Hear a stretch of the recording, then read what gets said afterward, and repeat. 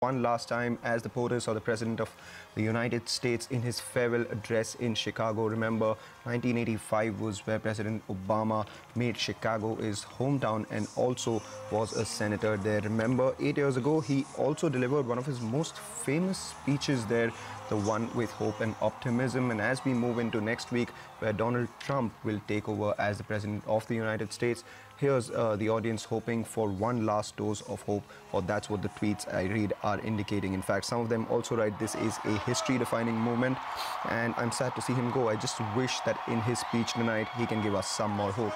Let's cut across to President Barack Obama for one last time.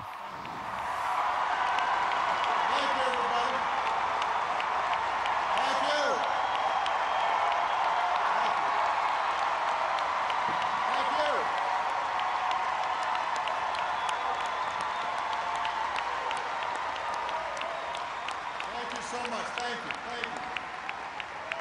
Thank you. It's good to be here. Thank you.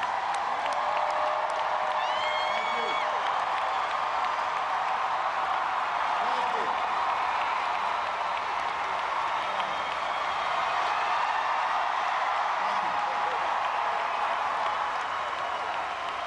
Thanks. All right, listen. We're on live TV here. I gotta move.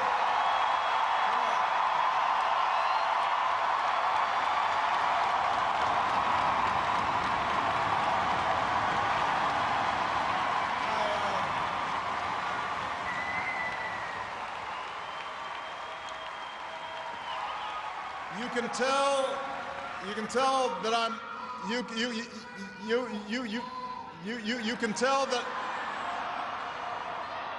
you can tell that I'm a lame duck because nobody's following instructions. Everybody have a seat.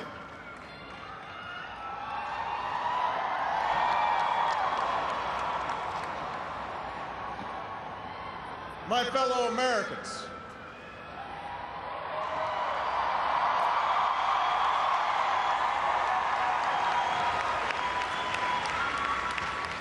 Michelle and I have been so touched by all the well wishes that we've received over the past few weeks. But tonight it's my turn to say thanks. Whether we have seen eye to eye or rarely agreed at all, my conversations with you, the American people, in living rooms and in schools, at farms, on factory floors, at diners, and on distant military outposts. Those conversations are what have kept me honest and kept me inspired and kept me going. And every day I have learned from you. You made me a better president, and you made me a better man. So I first came to Chicago when I was in my early 20s. And I was still trying to figure out who I was, still searching for a purpose in my life. And it was a neighborhood not far from here where I began working with church groups in the shadows of closed steel mills. It was on these streets where I witnessed the power of faith and the quiet dignity of working people in the face of struggle and loss. I can't do that.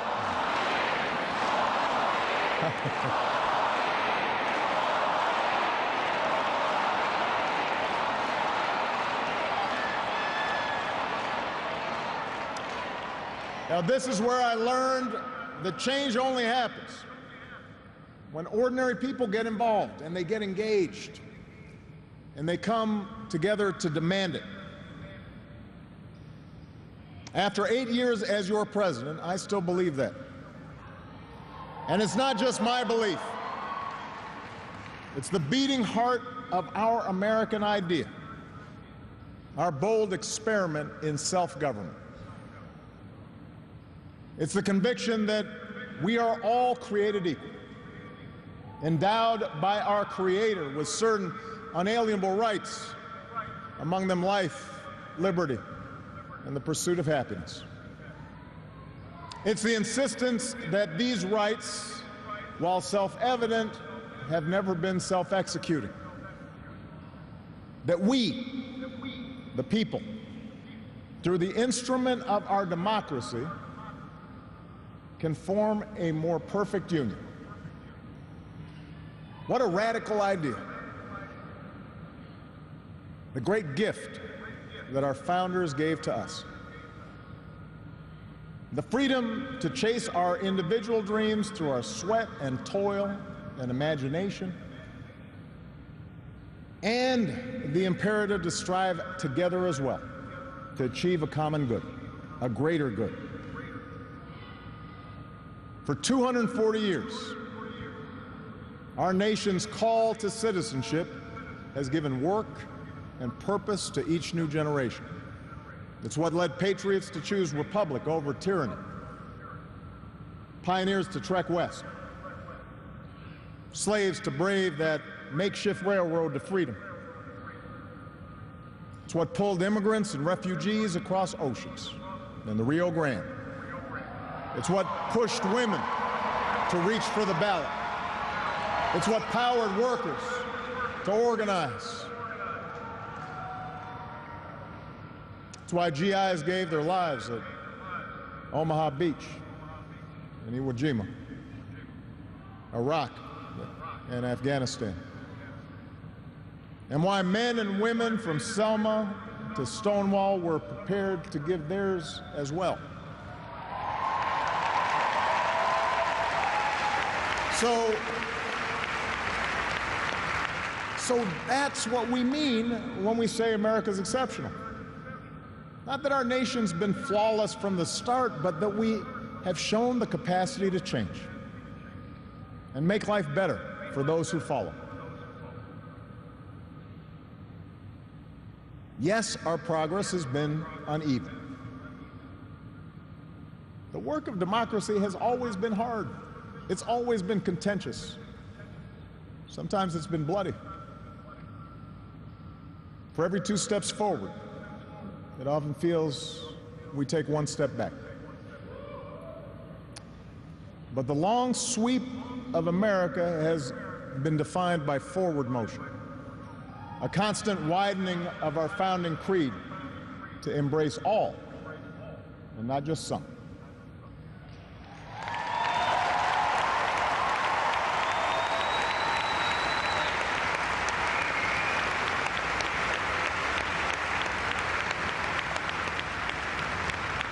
If I had told you 8 years ago that America would reverse a Great Recession, reboot our auto industry, and unleash the longest stretch of job creation in our history,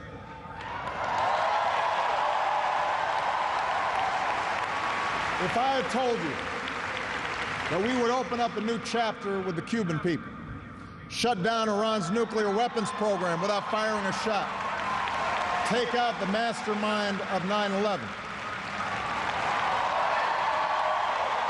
If I had told you that we would win marriage equality and secure the right to health insurance for another 20 million of our fellow citizens,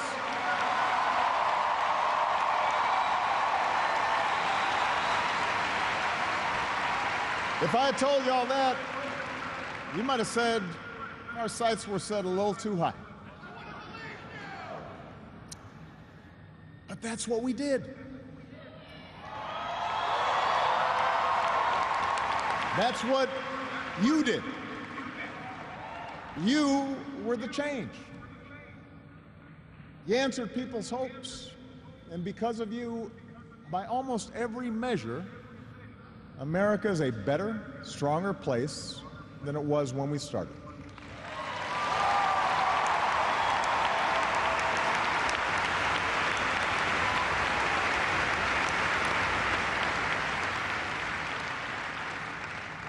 In 10 days, the world will witness a hallmark of our democracy. No. The peaceful transfer of power from one freely elected president to the next.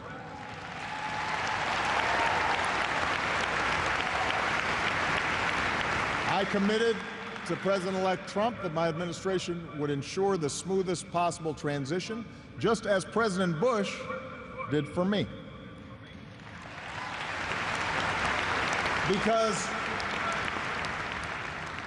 it's up to all of us to make sure our government can help us meet the many challenges we still face. We have what we need to do so. We have everything we need to meet those challenges. After all, we remain the wealthiest, most powerful, and most respected nation on earth. Our youth, our drive, our diversity and openness, our boundless capacity for risk and reinvention means that the future should be ours. But that potential will only be realized if our democracy works. Only if our politics better reflects the decency of our people. Only if all of us, regardless of party affiliation or particular interests, help restore the sense of common purpose that we so badly need right now.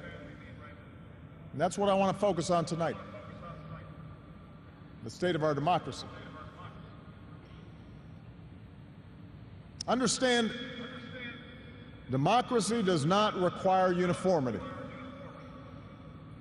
Our founders argued, they quarreled, eventually they compromised. They expected us to do the same. But they knew that democracy does require a basic sense of solidarity. The idea that for all our outward differences, we're all in this together, that we rise or fall as one.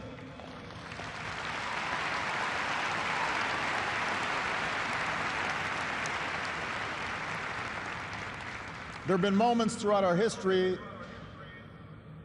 that threatened that solidarity. And the beginning of this century has been one of those times. A shrinking world, growing inequality, demographic change, and the specter of terrorism. These forces haven't just tested our security and our prosperity, but are testing our democracy as well. And how we meet these challenges to our democracy will determine our ability to educate our kids and create good jobs and protect our homeland. In other words, it will determine our future. To begin with, our democracy won't work without a sense that everyone has economic opportunity. And the good news is that today the economy is growing again.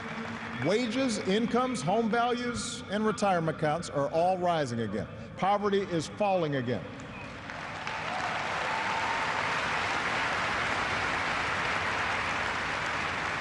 The wealthy are paying a fair share of taxes, even as the stock market shatters records. The unemployment rate is near a 10-year low. The uninsured rate has never, ever been lower.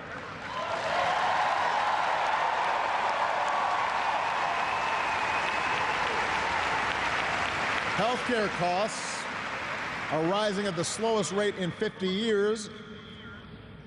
And I've said, and I mean it, if anyone can put together a plan that is demonstrably better than the improvements we've made to our healthcare system, that covers as many people at less cost, I will publicly support it.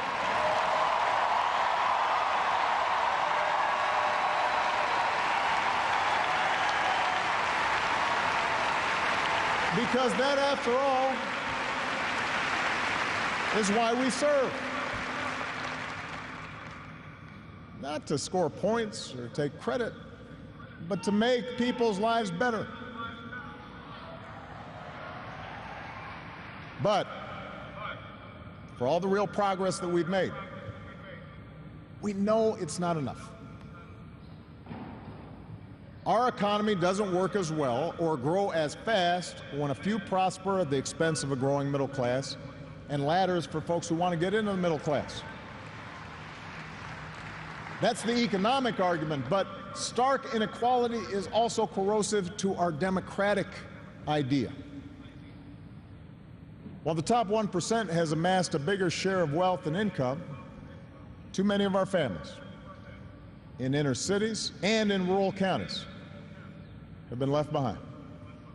The laid-off factory worker, the waitress or healthcare worker who's just barely getting by and struggling to pay the bills, convinced that the game is fixed against them, that their government only serves the interests of the powerful. That's a recipe for more cynicism and polarization in our politics.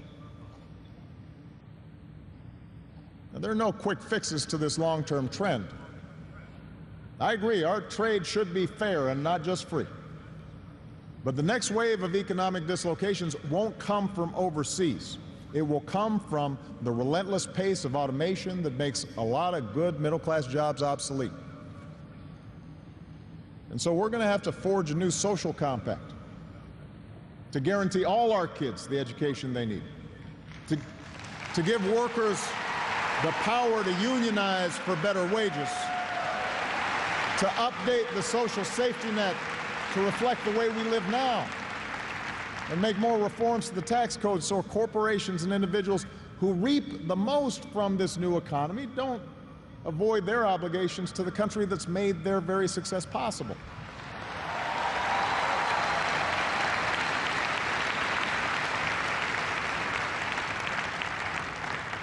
We can argue about how to best achieve these goals, but we can't be complacent about the goals themselves. For if we don't create opportunity for all people, the disaffection and division that has stalled our progress will only sharpen in years to come. There's a second threat to our democracy, and this one is as old as our nation itself. After my election, there was talk of a post-racial America. And such a vision, however well intended, was never realistic. Race remains a potent and often divisive force in our society. Now, I've lived long enough to know that race relations are better than they were 10 or 20 or 30 years ago, no matter what some folks say. You can see it not just in statistics, you see it in the attitudes of young Americans across the political spectrum. But we're not where we need to be. And all of us have more work to do. If every economic issue is framed as a struggle between a hardworking white middle class and an undeserving minority, then workers of all shades are going to be left fighting for scraps while the wealthy withdraw further into their private enclaves.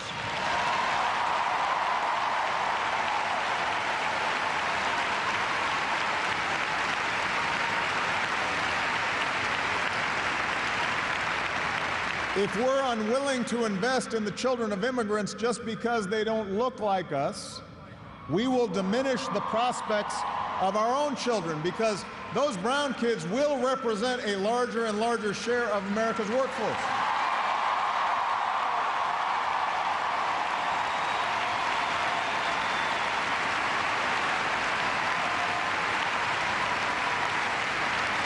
And we have shown that our economy doesn't have to be a zero-sum game. Last year, incomes rose for all races, all age groups, for men and for women. So if we're going to be serious about race going forward, we need to uphold laws against discrimination in hiring and in housing and in education and in the criminal justice system. That is what our Constitution and our highest ideals require.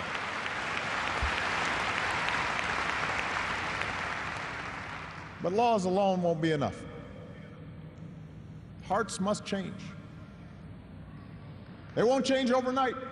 Social attitudes oftentimes take generations to change. But if our democracy is to work the way it should in this increasingly diverse nation, then each one of us need to try to heed the advice of a great character in American fiction, Atticus Finch, who said, "You never really understand a person until you consider things from his point of view, until you climb into his skin and walk around in it." For blacks and other minority groups, that means tying our own very real struggles for justice to the challenges that a lot of people in this country face. Not only the refugee or the immigrant or the rural poor or the transgender American, but also the middle-aged white guy who, from the outside, may seem like he's got advantages, but has seen his world upended by economic and cultural and technological change. We have to pay attention and listen.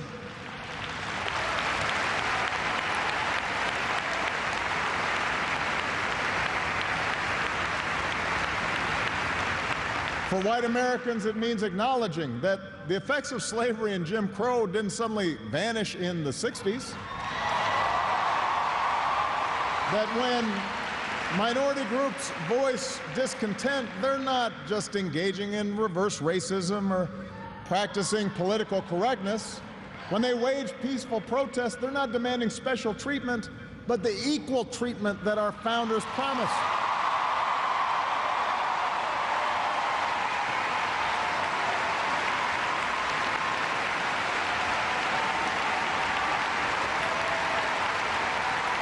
For native-born Americans,